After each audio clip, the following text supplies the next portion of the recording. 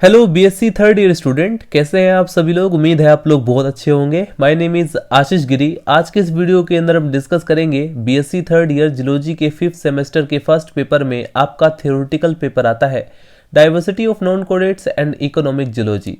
Student, इस semester से already मैं कुछ इंपॉर्टेंट वीडियोस कवर कर चुका हूं जो कि आपके एग्जाम पेपर के लिए मोस्ट इंपॉर्टेंट है। तो अगर आप उन वीडियोस को देखना चाहते हैं तो इसी वीडियो के डिस्क्रिप्शन बॉक्स में आपको एक लिंक मिलेगा। जैसे ही आप उस लिंक पर क्लिक करेंगे आप डायरेक्ट उस प्लेलिस्ट तक पहुंच जाएंगे। इस सेमेस्टर से हमने स्टार्ट किया था पैरामीशियम के टॉपिक के बारे में और पैरामीशियम से रिलेटेड लगभग काफ़ी सारे इंपॉर्टेंट टॉपिक्स मैं कवर कर चुका हूं। आज हम डिस्कस करेंगे पैरामीशियम में सेक्सुअल रिप्रोडक्शन के बारे में। पैरामीशियम में जो सेक्सुअल रिप्रोडक्शन होता है वो कॉन्जुगेशन के माध्यम से होता है और कॉन्जुगेशन से रिलेटेड एग्जाम पेपर में लॉन्ग क्वेश्चन में हर साल पूछा जाता है। तो कॉन्जुगेशन का अगर लॉन्ग क्वेश्चन आपसे पूछा जाए तो उसमें कितना लिखना है, कौन सा डायग्राम बनाना है, कौन कौन से पॉइंट आपको मेंशन करने होंगे, वो मैं इस वीडियो के अंदर आपको बताने वाला हूं। लॉन्ग क्वेश्चन में हो सकता है कि आपके एग्जाम पेपर के पैटर्न के अकॉर्डिंग 7.5 नंबर हो या 10 नंबर हो या 15 नंबर भी हो सकता है। तो उसमें आपको क्या क्या लिखना है वो सब इस वीडियो के अंदर आपको बताने वाला हूं। तो चलिए स्टूडेंट, वीडियो को स्टार्ट करते हैं। हेडिंग डाल लीजिए कॉन्जुगेशन। सबसे पहले हम समझते हैं कि कॉन्जुगेशन क्या है और पैरामीशियम में किस प्रकार से होता है। कॉन्जुगेशन एक ही जाति के किंतु अलग अलग प्रकार के मैटिंग टाइप्स के जीवों के बीच अस्थायी मिलन की वह क्रिया है जिसमें दोनों जीवों के बीच न्यूक्लियर मटेरियल, जो न्यूक्लियस मटेरियल होता है उसका एक्सचेंज होता है, आदान प्रदान होता है। यानी एक जीव का जो न्यूक्लियर मटेरियल है वो दूसरे जीव की बॉडी के अंदर जाता है। पैरामीशियम में कई पीढ़ियों तक, कई जनरेशन तक बाइनरी फिजन के द्वारा रिप्रोडक्शन करने के बाद एक दशा, एक कंडीशन ऐसी आ जाती है जब ये कॉन्जुगेशन मेथड के द्वारा रिप्रोडक्शन करते हैं। यह क्रिया निम्न प्रकार से होती है। अब यहाँ पर स्टूडेंट आपको ध्यान रखना है कि एग्जाम पेपर की रिटन कॉपी में आपको पॉइंट वाइज लिखना है। तो आपको ऐसा नहीं है कि डायरेक्टली आप लोग उसके से लिख देंगे, जैसे पॉइंट नंबर 1, पॉइंट नंबर 2, इसमें क्या क्या होता है, पॉइंट नंबर 3, इस तरीके से पॉइंट वाइज लिखेंगे तो एग्जामिनर इससे ज्यादा अफेक्टेड होता है।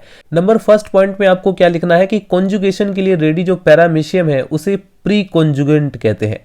ये अपने मुख तल यानी कि बक्कल केविटी के द्वारा एक दूसरे से चिपक जाते हैं तथा उनके बीच की जो पेलिकल है वो नष्ट हो जाती है, डैमेज हो जाती है, जिससे दोनों जंतुओं के जो साइटोप्लाज्म है कोशिका द्रव्य में कॉन्जुगेशन ट्यूब बन जाता है। अब हम इनको क्या कहेंगे, कॉन्जुगेंट्स, राइट। नंबर सेकंड पॉइंट में आपको क्या मेंशन करना है, प्रत्येक कॉन्जुगेंट्स में मैक्रोन्यूक्लियस जो होता है वो डैमेज होने लगता है, राइट। जो बड़ा, देखिए जैसा कि हमने पैरामीशियम के स्ट्रक्चर में देखा था कि इसमें दो प्रकार के न्यूक्लियस होते हैं। एक मेगा न्यूक्लियस होता है यानी कि बड़ा सा न्यूक्लियस, एक होता है माइक्रो न्यूक्लियस यानी छोटा न्यूक्लियस।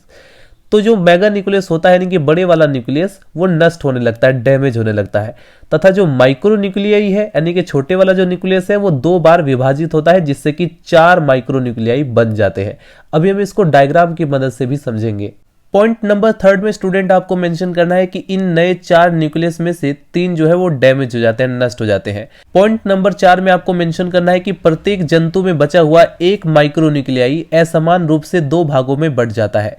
इस प्रकार बना छोटा यानी कि माइक्रो न्यूक्लियाई उसे हम क्या बोलेंगे, माइग्रेटरी मेल प्रो न्यूक्लियस, तथा जो बड़ा होता है उसे हम बोलते हैं stationary female pronucleus, right. अब यहां पर पॉइंट नंबर 5 में आपको क्या लिखना है, एक कॉन्जुगेंट का मेल प्रो न्यूक्लियस दूसरे जंतु में पहुंच करके उसके पास फीमेल प्रो न्यूक्लियस से फ्यूज हो जाता है और इस प्रकार प्रत्येक कॉन्जुगेंट में एक सिन कैरियोन बन जाता है, राइट। संयुग्मन केंद्रक यानी कि सिन कैरियोन बन जाता है। अब इसके बाद क्या होता है, पॉइंट नंबर 6 में आप लोग लिखेंगे, अब दोनों ही कॉन्जुगेंट्स अलग हो जाते हैं तथा एक्स कॉन्जुगेंट कहलाते हैं। प्रत्येक प्री कॉन्जुगेंट कॉन्जुगेशन न्यूक्लियस 3 बार विभाजित होता है, 3 बार डिवाइड होता है। फलस्वरूप यानी इसके बाद 8 न्यूक्लियस बन जाते हैं। इसमें से 4 माइक्रो और 4 मेगा न्यूक्लियस होते हैं। अब यहाँ पर फाइनली हमने क्या देखा, पॉइंट नंबर 7 में मेंशन किया गया है कि अब दोनों ही बॉडी के अंदर, दोनों ही पैरामीशियम बॉडी के अंदर 4 तो उसमें मेगा न्यूक्लियस है और 4 इसमें माइक्रो न्यूक्लियस है। आगे बढ़ते हैं पॉइंट नंबर 8 में। अब आपको क्या लिखना है कि 4 माइक्रो न्यूक्लियाई में से 3 डैमेज हो जाते हैं। नंबर 9 पॉइंट में आपको लिखना है कि प्रत्येक प्री कॉन्जुगेंट में बचा हुआ एक माइक्रो न्यूक्लियाई 2 बार बढ़ता है और उसी के साथ साथ जो प्री कॉन्जुगेंट का जो शरीर है वो भी 2 बार विभाजित होता है और फलस्वरूप इसके बाद क्या होता है कि प्री कॉन्जुगेंट पैरामीशियम से 4 डॉटर पैरामीशियम बनते हैं। शायद स्टूडेंट आपको थियोरेटिकली लास्ट की कुछ लाइनें समझ में नहीं आई होंगी, बट स्टूडेंट यहां पर मैं डायग्राम दिखा रहा हूं, डायग्राम की मदद से डेफिनेटली आपको समझ में आएगा। देखिए सबसे पहले हुआ क्या था, सबसे पहले दो पैरामीशिया की बॉडी आपस में अटैच हो जाती है। हमने बोला था कि बक्कल कैविटी की मदद से वो अटैच हो जाती है, राइट। हमने वहां पर ये भी देखा कि उनके बीच की जो पेलिकल है वो डीजनरेट होने लगती है, वो डैमेज हो जाती है। फिर उसके बाद हमने क्या देखा कि मेगा न्यूक्लियस उसमें प्रेजेंट रहता है और माइक्रो न्यूक्लियस प्रेजेंट रहता है, ठीक है। डायग्राम फर्स्ट के अंदर आप लोग देखेंगे ये कॉन्जुगेंट्स है और इसमें ये मेगा न्यूक्लियस है यानी कि बड़ा न्यूक्लियस, और ये है माइक्रो न्यूक्लियाई, राइट। और दो पैरामीशिया की यहाँ पर पेयरिंग दिखाई गई है। इसके बाद नंबर सेकंड पॉइंट पे हमने मेंशन किया था कि जो मेगा न्यूक्लियस यानी कि बड़े वाला न्यूक्लियस वो डीजनरेट होना स्टार्ट होता है, राइट। तो डायग्राम सेकंड के अंदर आप लोग देख सकते हैं कि ये जो मेगा न्यूक्लियस है ये डीजनरेट होने लगता है और ये जो माइक्रो न्यूक्लियाई है ये डिवाइड होता है। डिवाइड होने की वजह से ये अब ये 1 से 2 बनेगा, राइट, जैसा कि आप लोग डायग्राम में देख रहे हैं।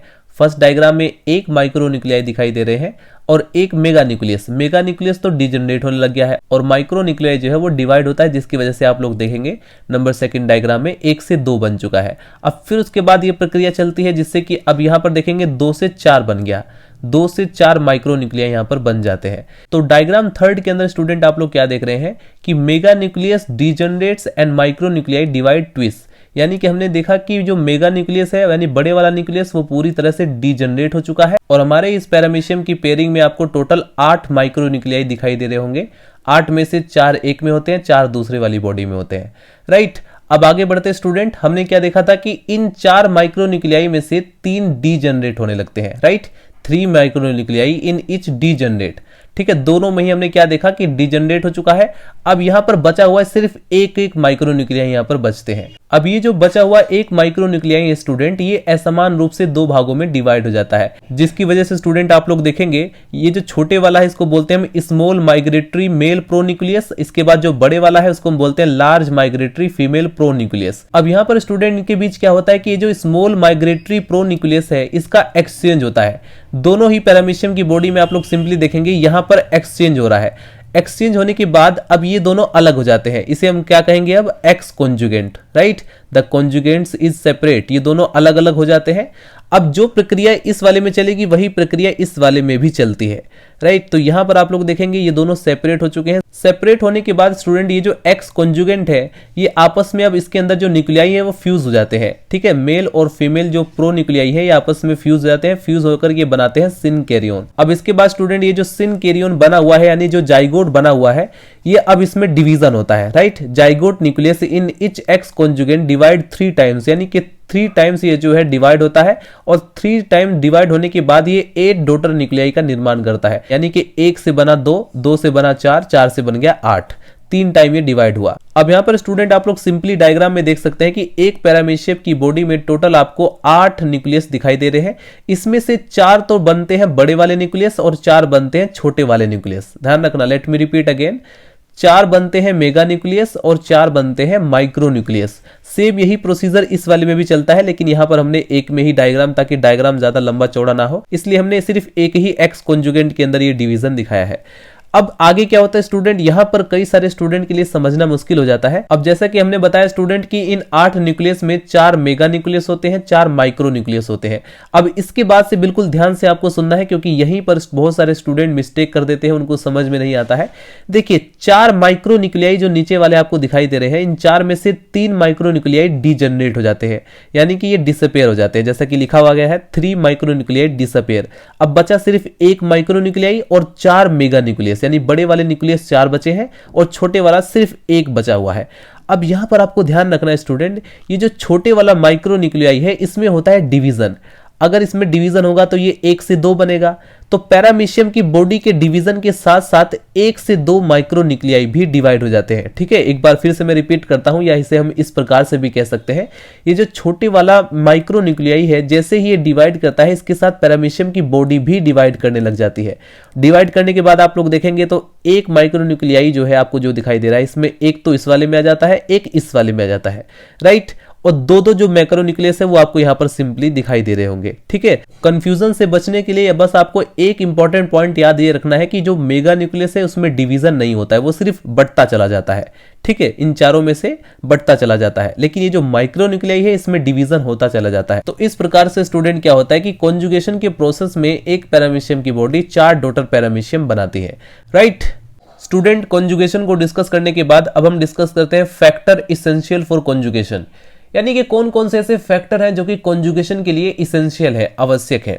तो नंबर फर्स्ट पर आता है कॉन्जुगेशन अनुकूल परिस्थितियों में नहीं होता है, जिस समय फूड की कमी होती है तथा विशिष्ट प्रकार के बैक्टीरिया, कुछ रसायन यानी कि कुछ केमिकल्स होते हैं जो कि कॉन्जुगेशन की प्रक्रिया को प्रेरित करते हैं। इसके बाद नंबर सेकंड पॉइंट आता है कि कॉन्जुगेशन के लिए विभिन्न जातियों ने कि डिफरेंट स्पीसीज को प्रकाश यानी कि लाइट तथा टेम्परेचर की अलग अलग सीमा की आवश्यकता होती है। इसके बाद नंबर थर्ड पर आता है कि कॉन्जुगेशन वाले जो जीव है वो सामान्य जीवों से आकार में यानी साइज में छोटे हो जाते हैं। नंबर 4 पॉइंट आपको मेंशन करना है कि सेक्सुअली रूप से मैच्योर होकर के कॉन्जुगेशन के लिए इनमें कुछ पीढ़ियों तक के बाइनरी फिजन होना आवश्यक है। नंबर 5 पॉइंट आपको मेंशन करना है कि पेयरिंग कॉन्जुगेंट्स आइसोगेमस होते हैं तथा इसमें कोई भी मेल या फीमेल लैंगिक द्विरूपता नहीं होती है। कॉन्जुगेशन कभी भी एक ही पीढ़ी के सदस्यों के बीच नहीं होता, सदैव ये है दो डिफरेंट मैटिंग टाइप के बीच होता है तथा इसमें क्रियात्मक रूप से यानी कि फंक्शनली लैंगिक विभेद होता है। इसको हम सिंजीन कहते हैं, राइट।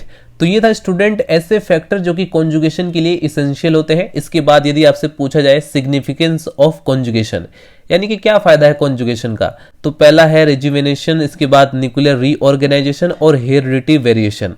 ये 3 प्रकार के बेनिफिट्स है कॉन्जुगेशन की पैरामीशियम के अंदर।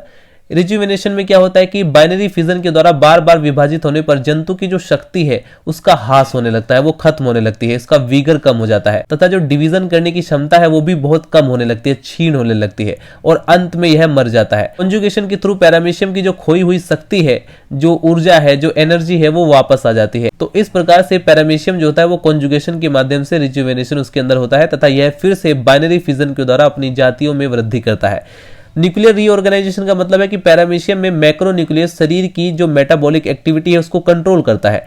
बार बार बाइनरी फिजन के द्वारा विभाजित होने पर इसकी जो कार्य क्षमता है, इसकी जो फंक्शनैलिटी है वो बहुत ज्यादा अफेक्ट होती है तथा शरीर क्रियाओं का नियमन नहीं कर पाता है। चूंकि इसमें कॉन्जुगेशन होता है तो जिसकी वजह से इसमें न्यूक्लियर रीऑर्गेनाइजेशन होता है तथा फिर दोबारा से एक नया मैक्रोन्यूक्लियस बनकर तैयार होता है जो कि इसकी पूरी कंप्लीट बॉडी की मेटाबॉलिक एक्टिविटी को कंट्रोल करता है। बस वही चीजें आपको लिखनी है। हेरिडिटी वेरिएशन में आपको लिखना है कि बाइनरी फिजन के द्वारा एसेक्सुअल रिप्रोडक्शन करने से पीढ़ी दर पीढ़ी हेरिडिटी मटेरियल में कोई बहुत ज्यादा चेंजेस, परिवर्तन नहीं होता है। अतः एक पैरामीशियम के जो सभी डॉटर पैरामीशिया है वो बिल्कुल इक्वल होते हैं, समान होते हैं। लेकिन कॉन्जुगेशन में जब ये पैरामीशियम आपस में मिलते हैं तो डिफरेंट टाइप के डॉटर पैरामीशिया तैयार होते हैं, यानी कि यहाँ पर हेरिडिटी में भी वेरिएशन देखने को मिलता है। तो स्टूडेंट्स, इस वीडियो के अंदर हमने कवर किया कॉन्जुगेशन के टॉपिक को। नेक्स्ट वीडियो के अंदर हम डिस्कस करेंगे न्यूक्लियर रीऑर्गेनाइजेशन के बारे में, जिसमें कई सारे इंपॉर्टेंट पॉइंट्स आते हैं। तो मिलते हैं नेक्स्ट वीडियो में। Bye bye, Tata.